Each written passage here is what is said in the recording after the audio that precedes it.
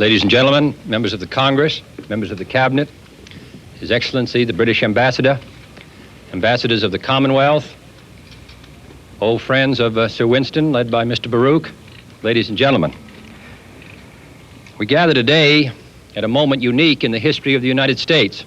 This is the first time that the United States Congress has solemnly resolved that the President of the United States shall proclaim an honorary citizenship for the citizen of another country. In enjoining me to perform this happy duty, the Congress gives Sir Winston Churchill a distinction shared only with the Marquis de Lafayette.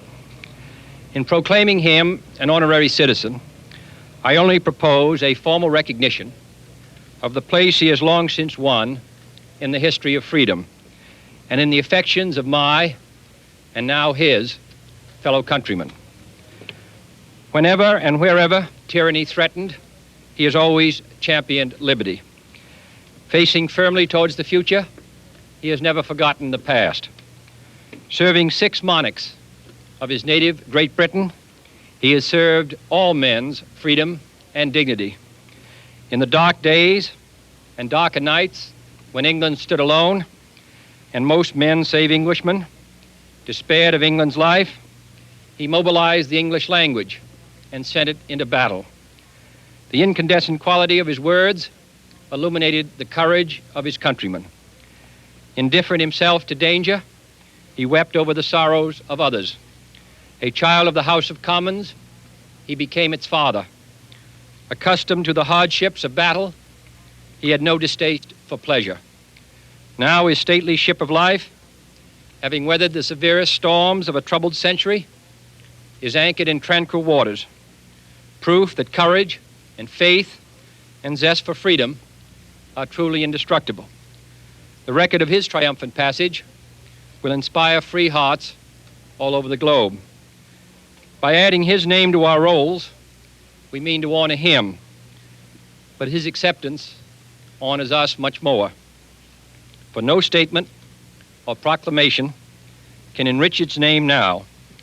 The name Sir Winston Churchill is already legend. By the President of the United States of America, a proclamation.